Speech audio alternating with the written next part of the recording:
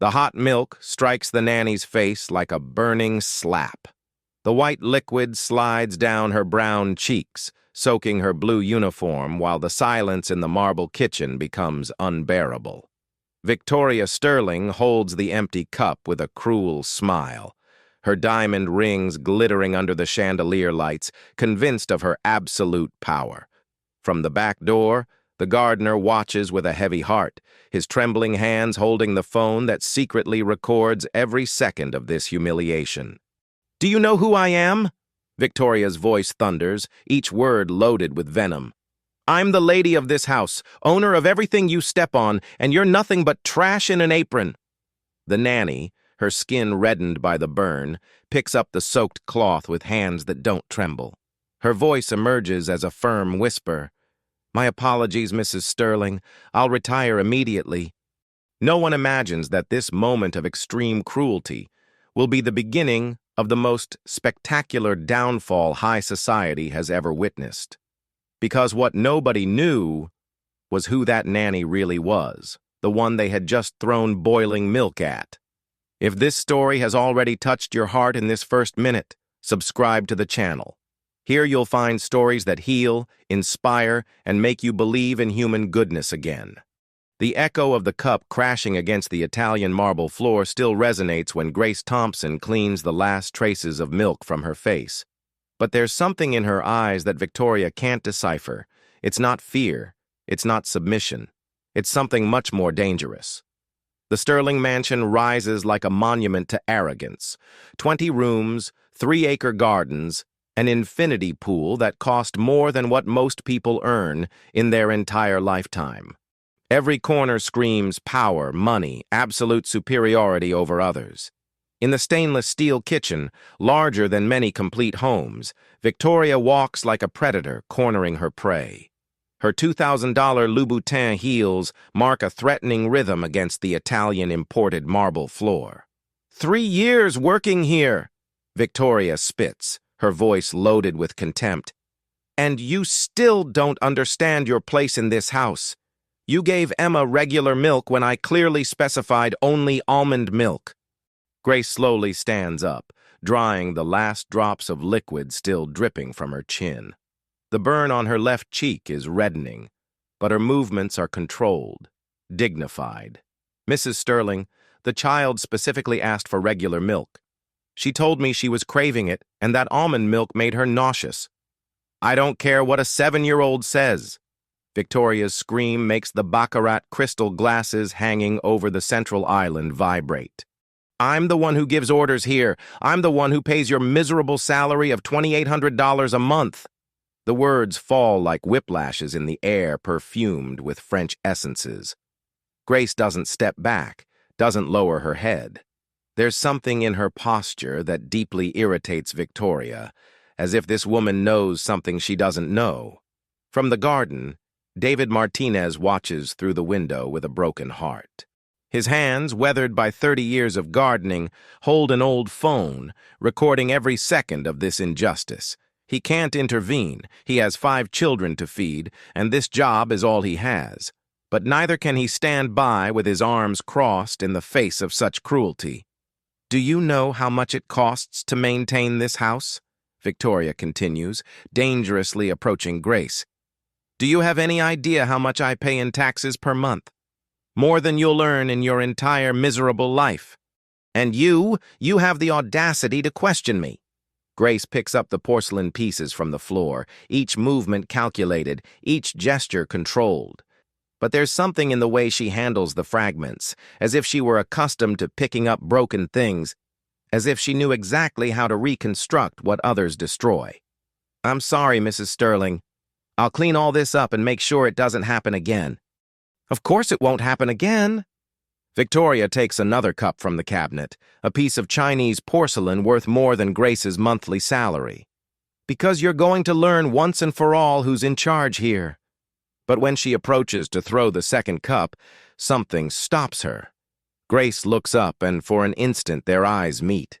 In that gaze there's a depth, a wisdom, a silent strength that makes Victoria feel small. "Mrs. Sterling," Grace says with a serene voice, If you'll permit me, your daughter is in the garden playing near the pool.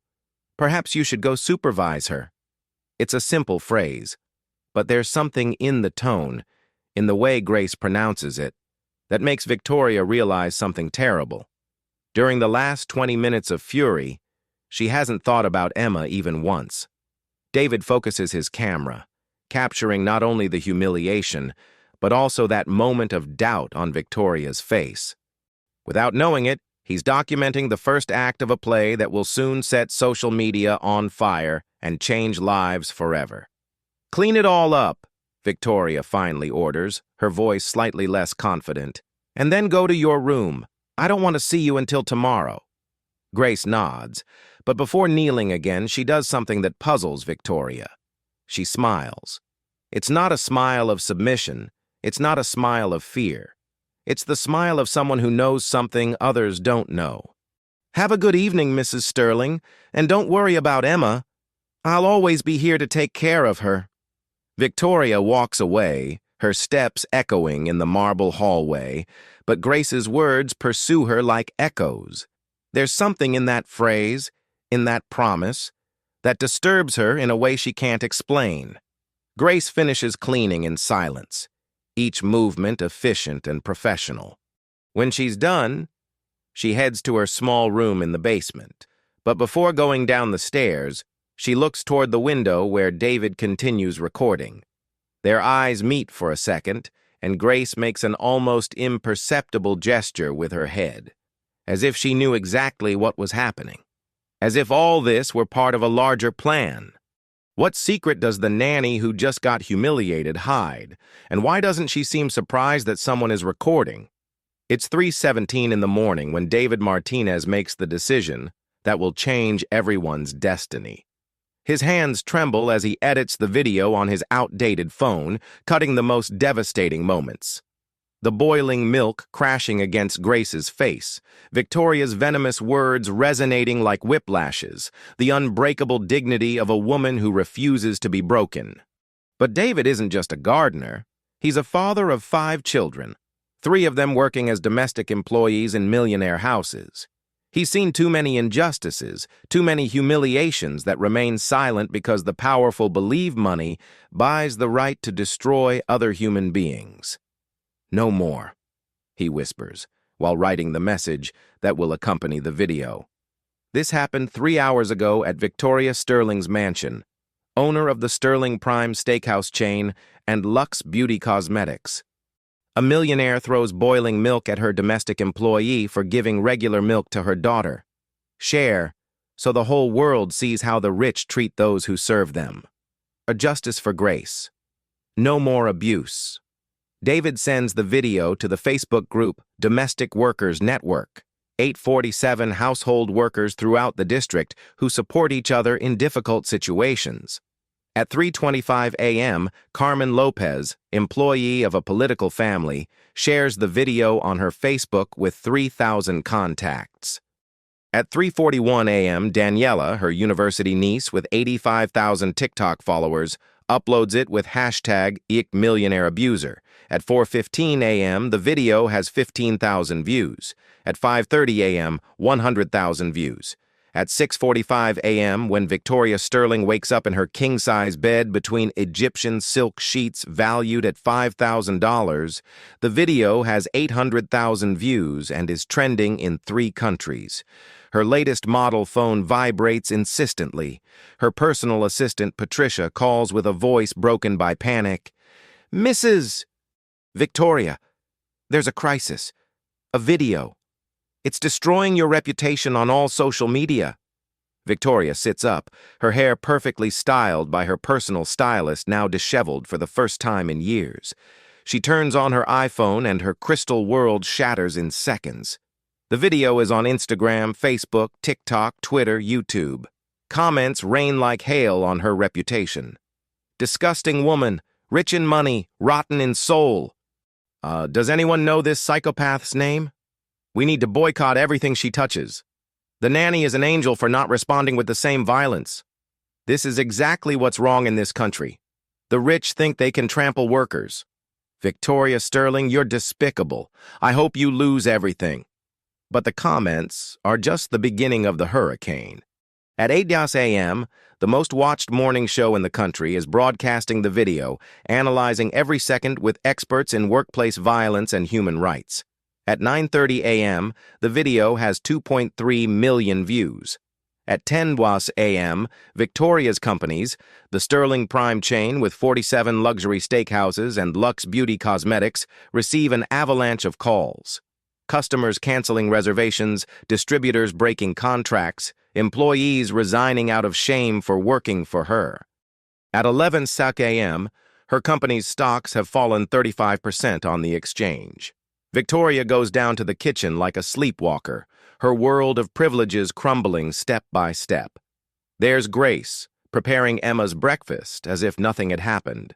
The nanny wears a long-sleeved blouse that covers the red marks from the burn, but her movements are the same as always, serene, professional, efficient. You, Victoria's voice is barely a thread. Did you know someone was recording? Grace looks up from the Eggs Benedict plate she prepares every morning for the past 3 years. For the first time since working in this house, she looks Victoria directly in the eyes without lowering her head. No, Mrs. Sterling, I just work here. But there's something in that gaze, something in the way she pronounces those words, that makes Victoria feel a chill. Grace doesn't seem like a humiliated domestic employee waiting for her dismissal. She seems like someone who is exactly where she wants to be, doing exactly what she planned to do. Victoria's phone explodes with notifications. Her older sister, director of a prestigious NGO, calls crying, "Victoria, how could you do something so horrible? They've asked me to resign from the board of directors for being your sister." Her mother, a 78-year-old society lady, "Daughter, I'm ashamed. Is this how I raised you? To humiliate working people?" Her best friend since college. "Victoria, I can't continue associating with you. My husband says this will affect his business." One after another, the calls arrive like stabs. Partners withdrawing investments, friends canceling invitations, employees submitting resignations. But the call that completely destroys her is from Emma's school director. "Mrs. Sterling, we've received more than 200 calls from parents asking that you withdraw your daughter from school. We can't allow this to affect the other children." "This is ridiculous," Victoria screams. "My daughter has nothing to do with this." "I'm sorry, Mrs. Sterling. The board of directors has made the decision."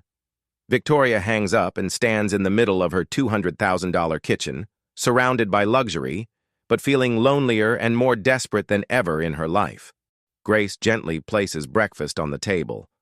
Perfect eggs, Benedict, freshly ground Colombian coffee, natural orange juice, fresh flowers from the garden she cuts every morning. The same routine of 3 years, as if her world hadn't crumbled in the last 8 hours. "Breakfast is served, Mrs. Sterling." She retreats silently, leaving Victoria alone with her panic, her fury, and the terrible sensation that this is just beginning.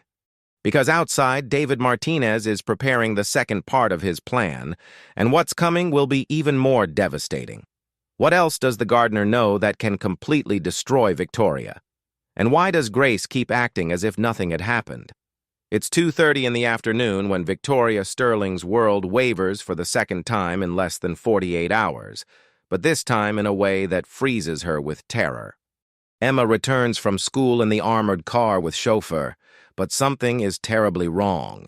The 7-year-old gets out of the vehicle with swollen eyes from crying so much, her private school uniform wrinkled, her designer backpack thrown in the back seat. "Mommy?" Her voice is barely a broken whisper.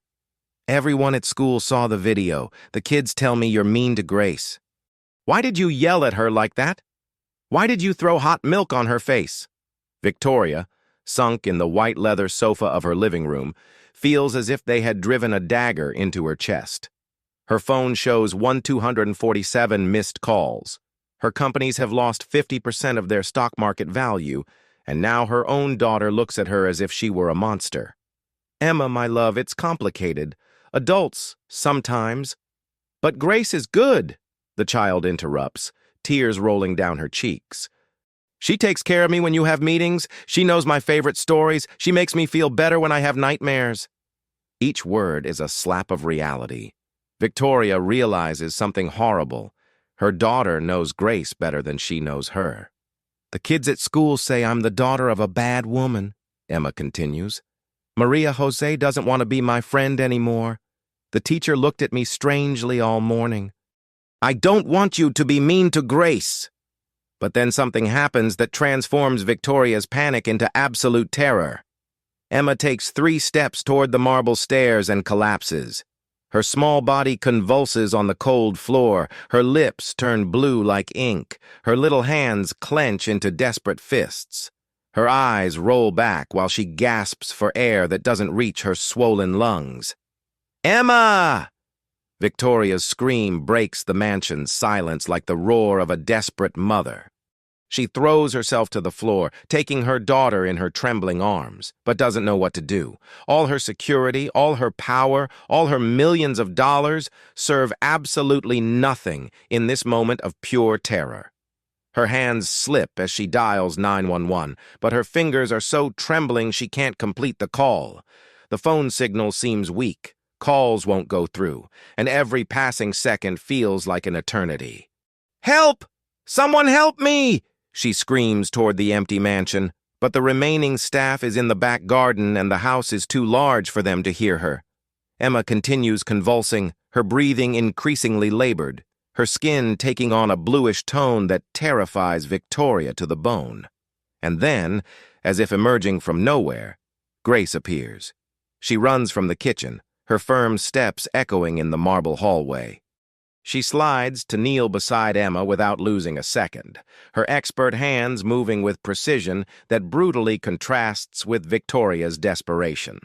Grace checks the girl's pulse, lifts her eyelids to examine her pupils, evaluates each symptom with the efficiency of a medical professional. It's a severe allergic crisis, she says with superhuman calm that contrasts with the moment's chaos. Anaphylaxis.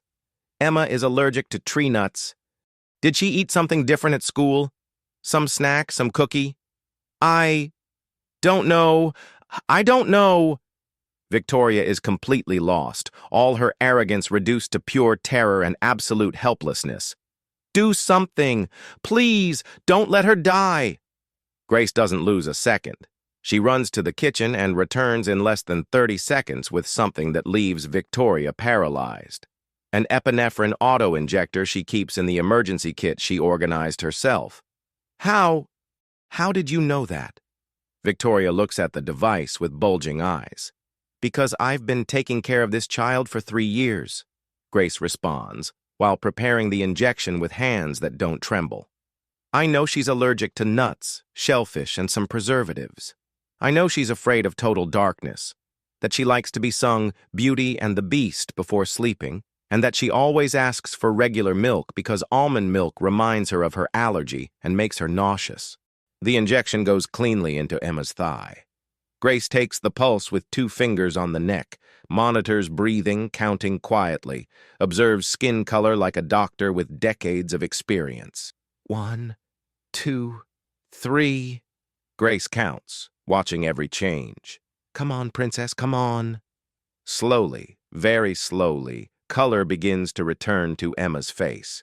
Her lips stop being blue, her breathing normalizes, the convulsions stop. Mommy, Emma whispers, opening her eyes and focusing on her mother. Victoria cries like she hadn't cried since she was a little girl, hugging her daughter against her chest without caring that tears ruin her $500 makeup or that her sobs echo throughout the mansion. We must take her to the hospital immediately, Grace says, already dialing the emergency number on her own phone.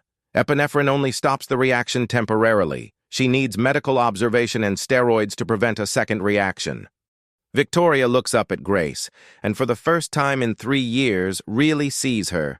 She sees the woman she humiliated less than 48 hours ago. She sees the woman she threw boiling milk at for protecting her daughter. She sees the woman who just saved the only thing that really matters in this world. Why? Her voice breaks into 1,000 pieces. Why do you help me after what I did to you? Why are you still here after I treated you like garbage? Grace carries Emma in her arms with the infinite tenderness of a true mother, her eyes shining with contained tears. Because she's not to blame for what you did, Mrs. Sterling. And because when you truly love someone, there's no humiliation more important than their well-being. The ambulance sirens begin to be heard in the distance, getting closer and closer. But what Victoria is about to discover about Grace's true identity will leave her speechless and change everything she thought she knew. In the emergency room at St. Mary's Hospital, under fluorescent lights that forgive no defect, Victoria Sterling discovers something devastating. Here she's nobody special. Her $2,000 Louboutin shoes don't matter, now stained with tears and garden dirt. Her Hermes bag or diamond jewelry don't matter. It doesn't matter that she owns a chain of luxury steakhouses or that her photo appears in society magazines every week. Here, surrounded by the smell of disinfectant and the constant echo of heart monitors, she's just another desperate mother, begging for her daughter's life. Grace remains seated beside her in the uncomfortable blue plastic chairs, her nanny uniform still stained with remnants of yesterday's milk, but also with today's tears. In her hands, she holds a small medical bag Victoria had never noticed, filled with emergency medications, thermometers, gauze, everything necessary to care for Emma. "How long have you known about the allergy?" Victoria asks, her voice hoarse from crying so much. "Since the second month I worked for you," Grace responds, her eyes fixed on the door through which they took Emma. "She was 4 years old. She ate a cookie with nuts that was in the pantry and had a minor reaction. You were in Milan, at a fashion fair." Victoria feels like a hammer is hitting her chest. Milan. She remembers that trip perfectly. 3 weeks closing contracts with European suppliers, parties in 5-star hotels, business meals that lasted until dawn. "Why didn't you ever tell me it was serious?" "I did tell you, Mrs. Sterling, the day you returned from the trip. I also left a complete report on your desk with all the medical information, the allergens she had to avoid, the medications that always had to be available, emergency numbers for 3 different allergists." Victoria's memory is a blurry whirlwind of those days. Consecutive meetings, international calls, social events, gala dinners. How many crucial things had she ignored while building her empire? "I also sent you an email with the same information," Grace continues, "and put a copy on the kitchen refrigerator. When you didn't respond after a week, I assumed you agreed with the protocol I had established." Victoria's phone vibrates constantly in her purse, but for the first time in years, she doesn't care. The videos keep going viral, but now there's new material circulating. Someone filmed when Grace carried Emma to the ambulance, when her expert hands administered the epinephrine that saved a life, when her face reflected the genuine concern of someone who deeply loves that child. Comments on social media have taken a completely different turn. "My God, look how the nanny saved the daughter of the woman who humiliated her. This is being big-hearted. Grace Thompson is a saint. After being treated like garbage, she still risks everything to save the child. This woman should be on her knees thanking her employee for saving her daughter." What a brutal contrast. In one video, she's a monster throwing boiling milk.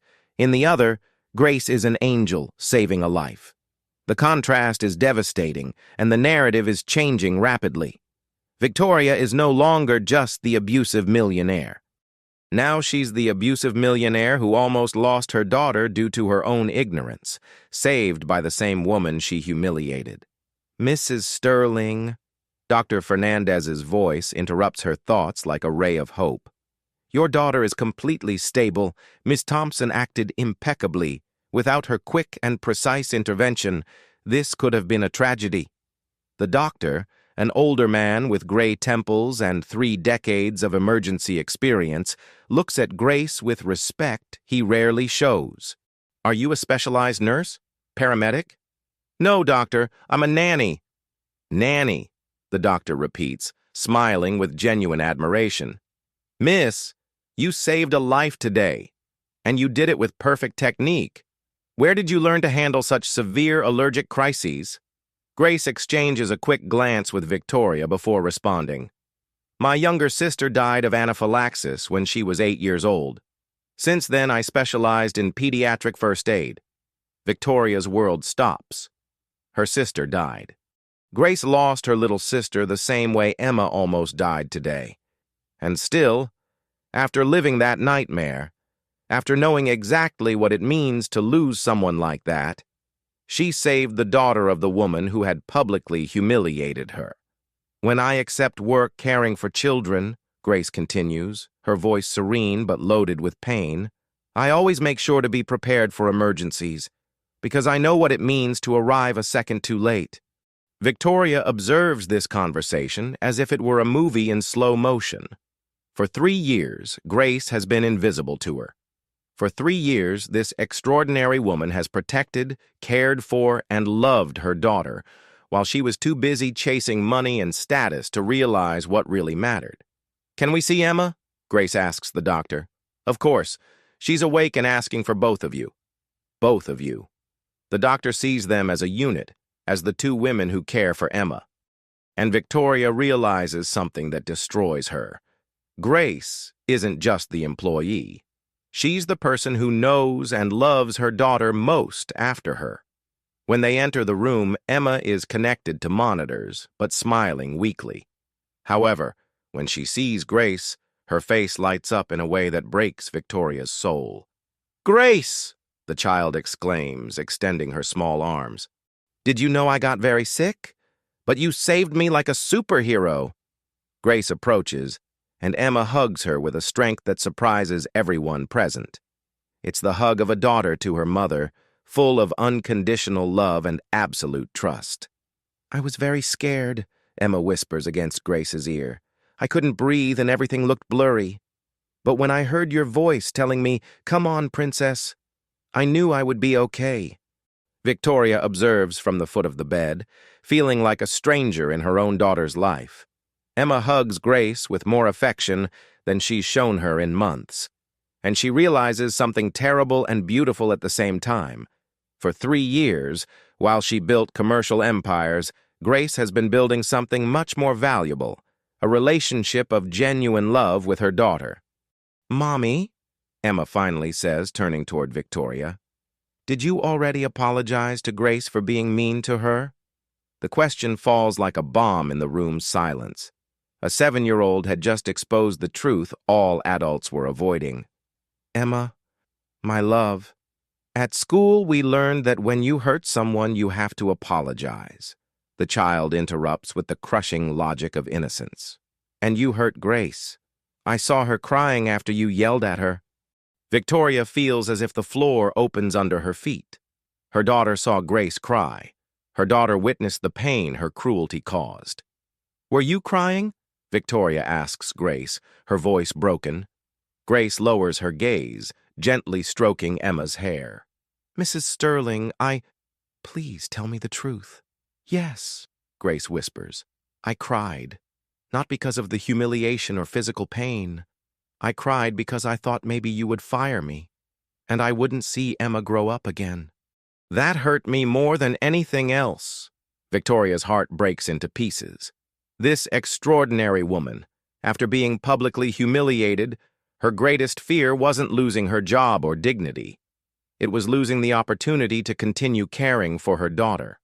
"Grace is never going to leave," Emma says, with the firmness of a made decision. "Right, Mommy? Because Grace is family. Family." The words resonate in the room like a revelation. Emma, with the pure wisdom of a child, had just defined what adults had been unable to see. Grace wasn't an employee. She was family.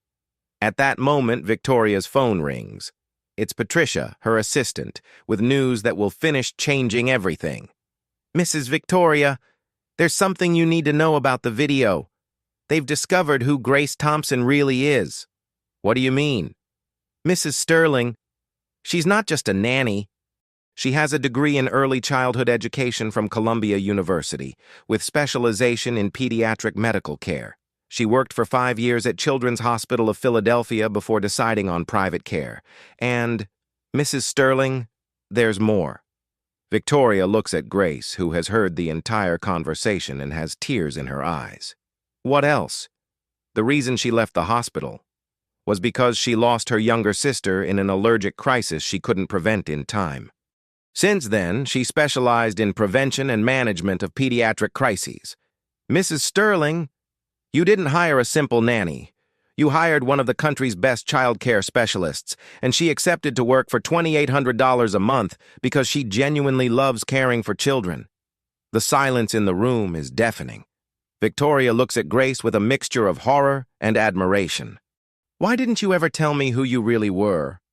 Because you never asked, Grace responds sadly. In the job interview, you reviewed my nanny certificate and references. But when I tried to explain my medical experience, you told me you didn't need to know my complete personal history. You just wanted someone to take care of Emma while you worked. Victoria remembers that day.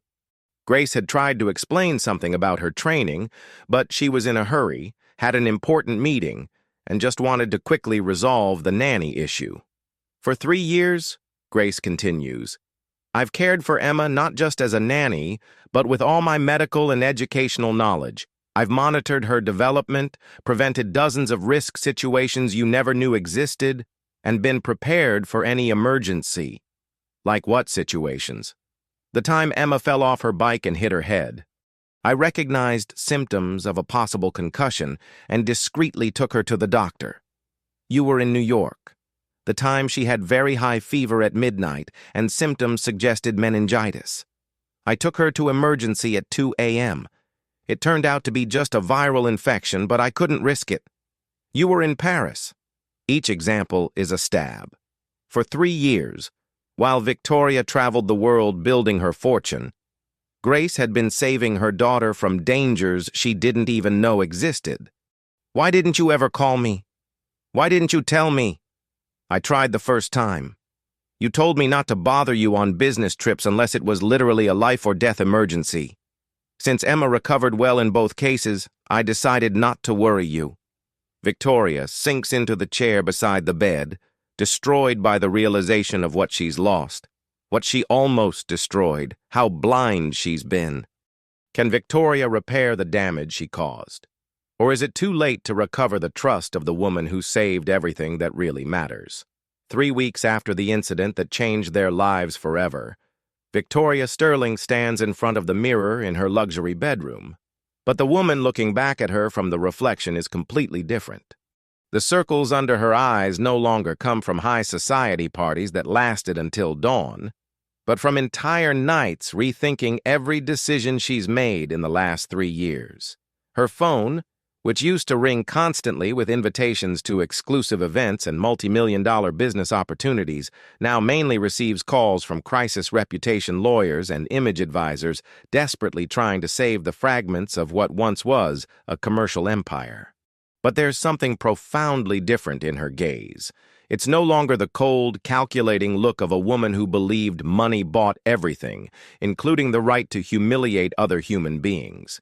It's the broken but hopeful gaze of someone who has seen her own soul reflected in the cruelest mirror of all, truth, and hasn't liked absolutely anything she found.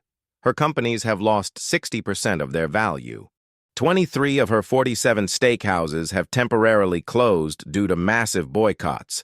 Her cosmetics line has been withdrawn from major store chains.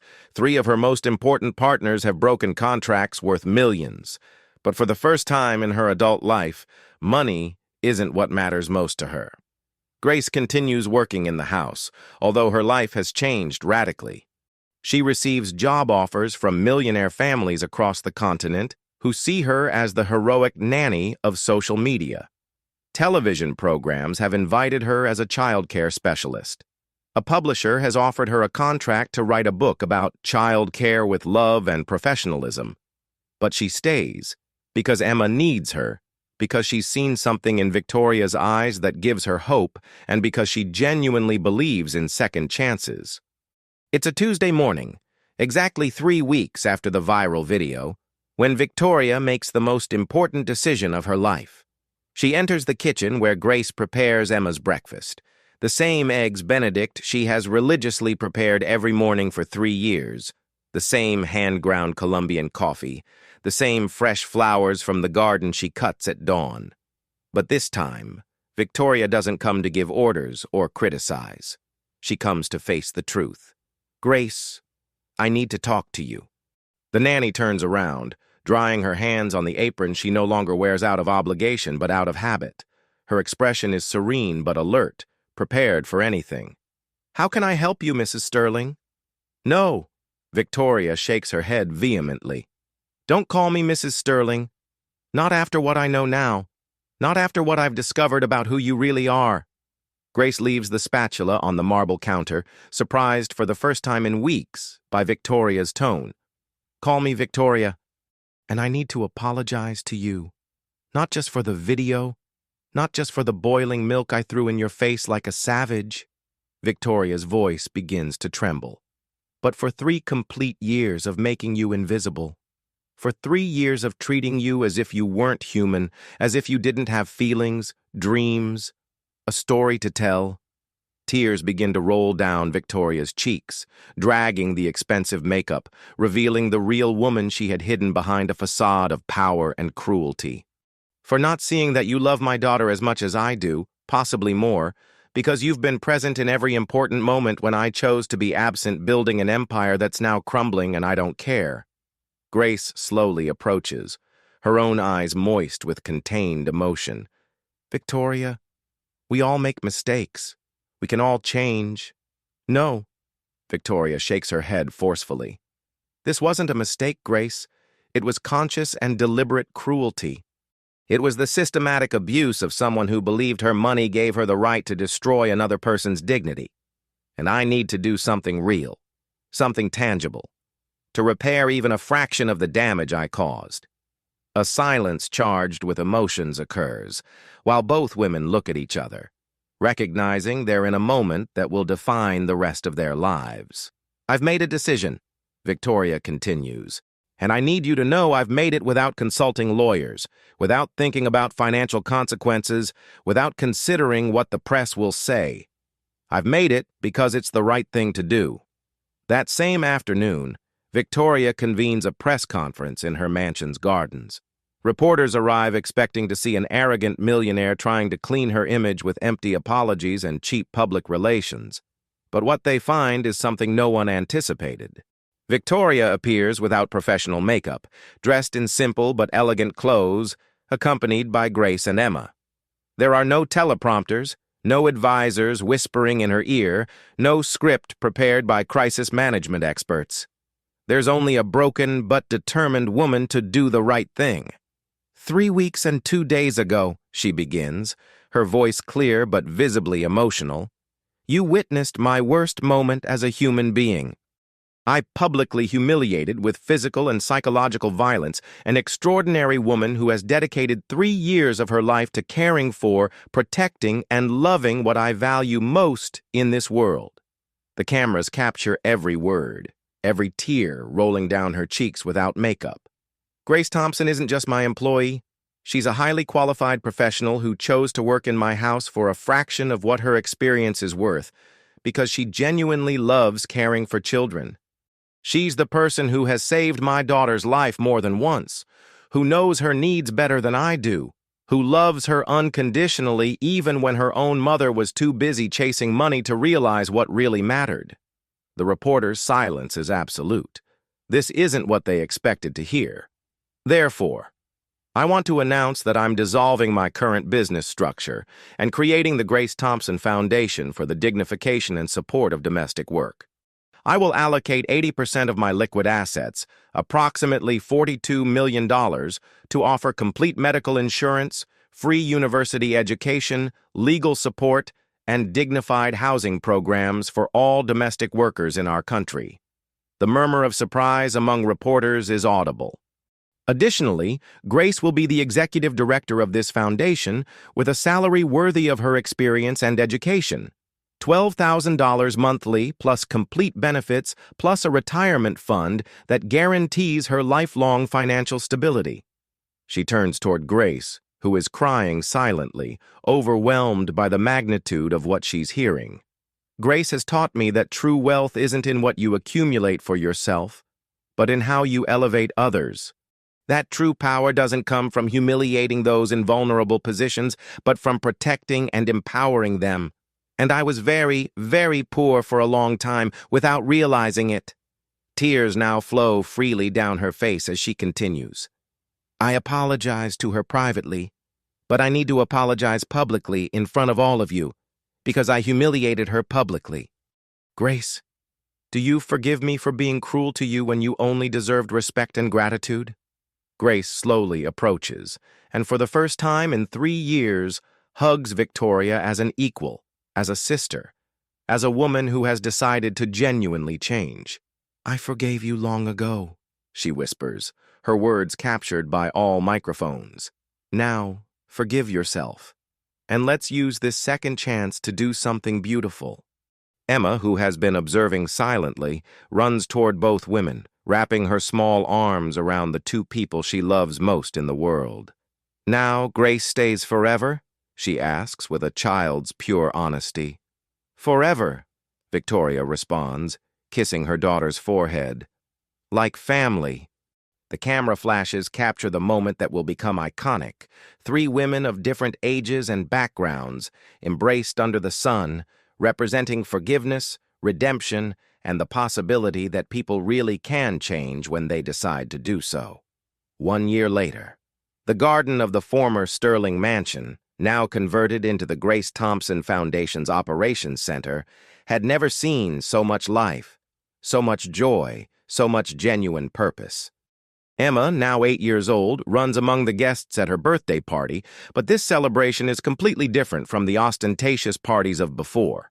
There are no expensive entertainers, exaggerated decorations, or gifts that cost more than a family's annual salary. Instead, there's something much more valuable: genuine love, real community, and the joy that comes from sharing with people who truly matter.